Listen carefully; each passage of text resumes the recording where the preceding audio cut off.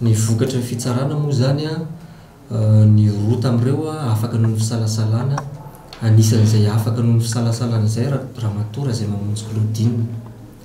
Ny roa kosa na sazy miatra avy hatrany fampidirana ponja avy hatrany na ilay niatrika fitsarana na ilay tsy niatrika fitsarana voasazy roa taona an-tranomaizina sazy miatra miaraka amin'ny roa taona tsy fafana miasa amin'ny asa-panjakana. Ny ray tsy niatrika fitsarana namoana didy mampisambotra avy hatrany. Ny nanenjehana azy ireo dia hitsy fa tsy fanodikodolam-panjakana velively fa fanaovana taratasy panjakana osoka sy fampiasana an'izay taratasy panjakana osoka izay dia fanaovana tany avovaratra moa ny filazana azy amin'ny tenitsika amin'ny fanomezana tolobary-panjakana na favoritisme amin'ny octroi de marché public. Zay zany le zavatra nanenjehana azy zareo. Faux et usage de faux en écriture publique de favoritisme amin'ny octroi de marché public.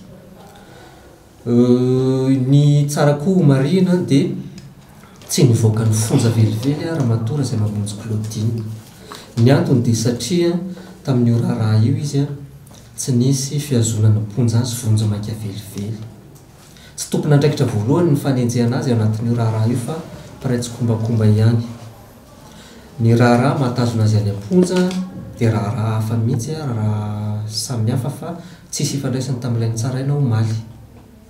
Ny tiana holazana dia mbola any amin'ny fonja izy miandry ny fotoam-pitsarana manaraka, mbola any amin'ny fonja izy miandry ny famotorana amin'ireo dossier hafa mbola miandry azy aty aminay.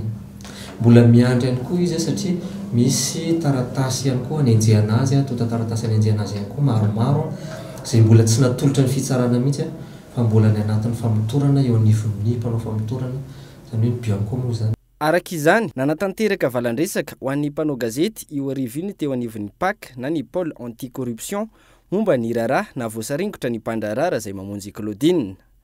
Nanaitra ny mpanara-baovao hatry ny omaly ny fahitana tamin'ny Hainao Manjery fa nivoaka indray ny raharaha izay mamonjy Claudine rehefa tsy nandrenesam-baovao tato anatin'ny volana vitsy.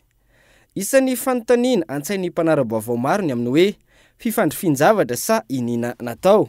Andro vitsy taorian'ny fametram-pialan'ny filoham-pirenena teo aloha Rajonary Mampianahery no ahafahan'ny fitsarana tamin'ny raharaha fanamboarana sekoly tany Ambalavao izay mitetina 400 tapitrisa ariary ny mpanolontsaina manokana ny filoha teo aloha raha izay mamonjy Claudine.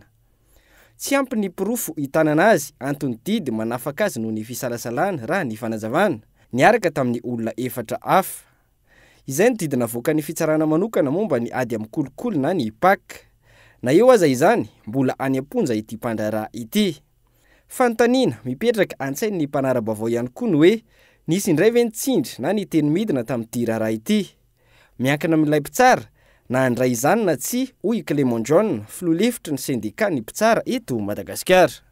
Ny fahaleovantenan'ny fitsarana mipetraka eny. Fa na izany na tsy izany ny fahaleovantenan'ny fitsarana miankina amin'ilay olona mitsara io. Yandray baiko ve izy satria andray baiko fa ny fahitanay azy zany matoa izy ny hoe afaka noho ny fisalasalana zay raha ny famakinan'ny gazety zao nijerena dia hoe tsy ampy ny pirofo nitazonana azy ary mbola voatazona any am-ponja izy noho ny zavatra hafa no anenjehana azy. Zay zany ny antony nahatonga azy hoe afaka izy amin'ny zavatra anankiray araka ny lazainareo hoe 7 moa izy dia miandry indray ny tohon'le afera hafa manaraka atsika. Ny olona amin'iny zany samby maka ny interprétation manandrify azy. Iny zany raha mandeha amin'ny fitsarana any mandeha foana iny fa efa taty aorinany fametram-pialan'ny président de république le izy niseho zay ny date d'audience dia zay ny zany nivoahany fa tsy hoe tsy azo interprétena politika be manahona zany. Raha tsy ivona eritaona sy tapany taoriny nitazonana an'ity mpandraraha ity am-ponja raharaha iray no voatsara ary nezany ireo olona akaiky azy naparitaka tamin'ny fampitam-baovao isan-karazany. Niezaka nakavavao teo anivon'ny Bianco ny mpanao gazety teto anivon'ny Cool TV FM momba ity raharaha ity, saingy tsy eto an-toerana ny tale generalin'ny Bianco raha ny fampitam-baovao ray ka tsy misy afaka miteny raha tsy amin'ny alalany.